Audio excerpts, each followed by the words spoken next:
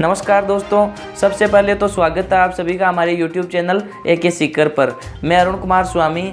आज के इस खास वीडियो में हम बातचीत करेंगे नेक्सा एवरग्रीन नेक्सा धोलेरा के बारे में। आज के इस खास वीडियो में हम बातचीत करेंगे कि क्या नेक्सा एवरग्रीन धोलेरा सचमुच में भाग चुकी है या लोगों के पैसे के वापस आने की अभी भी उम्मीद कुछ बची हुई है, या फिर जिस तरह एजेंट्स वगैरह बता रहे हैं कि कंपनी पर थोड़ा एक बार संकट आ गया है, उसके लिए कंपनी की साइट्स वगैरह को एक बार होल्ड किया गया है, कंपनी वापस सुचारू उसी तरीके से चलेगी जैसे पहले चल रही थी, लोगों को उनके पैसे वापस दिए जाएंगे। तो सबसे पहले कहानी यहाँ से शुरू होती है कि केंद्र सरकार का एक विजन रहता है कि गुजरात के धोलेरा को एक ऐसी स्मार्ट सिटी बनानी है जिसकी देश विदेशों में भी चर्चा हो। यहाँ पर विशेष तरह के एयरपोर्ट्स को स्थापित किया जाता है, एक बड़े स्तर पर यहाँ डेवलपमेंट का कार्य किया जाता है जिससे गुजरात के धोलेरा को एक स्मार्ट सिटी के रूप में पूरे देश विदेश में जाना जा सके। और इसी खास विजन का फ़ायदा उठाती है नेक्सा एवरग्रीन धोलेरा। ये कंपनी राजस्थान के शिक्षा जगत के नाम से मशहूर शेखावटी क्षेत्र में आती है और सीकर समेत आसपास के ज़िलों के बहुत से लोगों के पैसे कंपनी में इन्वेस्ट करवाती है और उन लोगों को लालच देती है कि उनका पैसा दुगुना होगा, 3 गुना होगा, 4 गुना होगा। इस तरह के उनको लालच दिए जाते हैं। बहुत से लोग इसमें लाखों रुपए इन्वेस्ट करते हैं। कई लोगों ने तो इस कंपनी में 70 लाख, 80 लाख, 90 लाख और कई ने करोड़ों में भी इसमें इन्वेस्ट किया था। ये कंपनी सभी लोगों से विशेष तरीक़ों से, अलग अलग तरीक़ों से इसमें इन्वेस्ट करवाती है और जो केंद्र सरकार का विज़न रहता है धोलेरा को स्मार्ट सिटी बनाने का, उस विज़न का फ़ायदा उठाकर लोगों के रुपयों को इसमें इन्वेस्ट करवाया जाता है। और बाद में ये कंपनी, जिस तरह इस कंपनी के शुरू से मंसूबे थे, उन मंसूबों पर फ़ायदा उठाने के लिए लोगों के पैसे लेकर कंपनी भाग जाती है।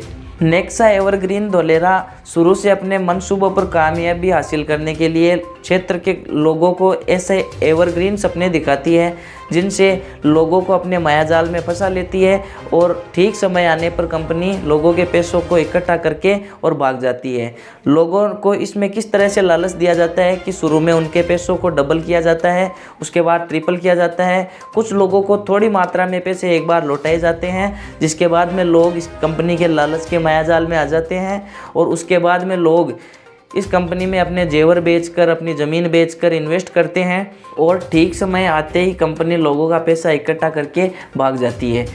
अब कंपनी के उन एजेंट्स से बात होती है जो कंपनी में पैसा इन्वेस्ट करवाते हैं। वो बोलते हैं कि हमारे धोलेरा में बहुत सी प्रॉपर्टी है, बहुत सी ज़मीन वगैरह है, उनको बेचकर कंपनी लोगों के रुपए वापस देगी।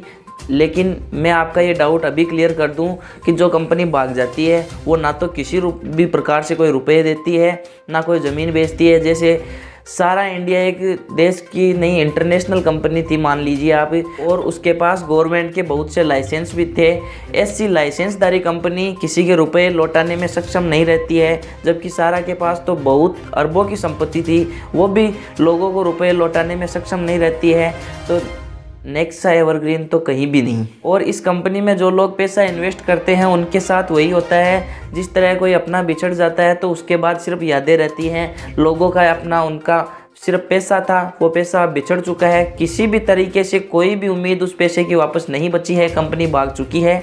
अब सिर्फ उस पैसे की यादें बची है, इसलिए पैसा वापस नहीं आने वाला है। यह आपकी गलतफहमी है कि कंपनी के साइट्स वगैरह को कुछ समय के लिए होल्ड करवाया गया है या फिर कंपनी पर थोड़ा कोई संकट आ चुका है, उसके लिए कंपनी ने कुछ समय के लिए अपनी साइट्स को होल्ड किया है, या फिर किसी न किसी तरीके से एजेंट्स वगैरह जो बचे हैं यहाँ हैं उनसे बातचीत होने पर ये सिर्फ जांचे दिए जाते हैं। बाकी किसी भी तरीके से आपके पैसे वापस नहीं आने वाले हैं। दोस्तों, ये ऐसे लोग होते हैं जो अलग अलग तरीके की आपके लिए मित्रमार योजनाएं लेकर आते हैं, विशेष कंपनियां लेकर आते हैं जिनके तहत आपको पैसों को डबल करके दिया जाता है, ट्रिपल करके दिया जाता है। ऐसे जांचे दिए जाते हैं जिनसे आप उनमें पैसा इन्वेस्ट कर देते हैं और उसके बाद में हम जैसे लोगों के पैसे इकट्ठे करके कंपनियां भाग जाती है। इन कंपनियों की रोकथाम के लिए सरकार ने शुरू से भी एक chit fund and money circulation act बनाया हुआ है, लेकिन उसमें कार्रवाई कब होती है? जब इन कंपनियों के खिलाफ शिकायतें होती है। और शिकायतें कब होती है? जब ये कंपनियां भाग जाती है। इसके लिए कंपनियां भाग जाने के बाद ना तो कोई कार्रवाई होती है, ना कोई और। लोगों का पैसा होता है वो अपने आप में ठगा जा चुका होता है। लोगों का पैसा है वो लोग लेकर भाग जाते हैं, जो लोग ये कंपनियां मार्केट में लेकर आते हैं।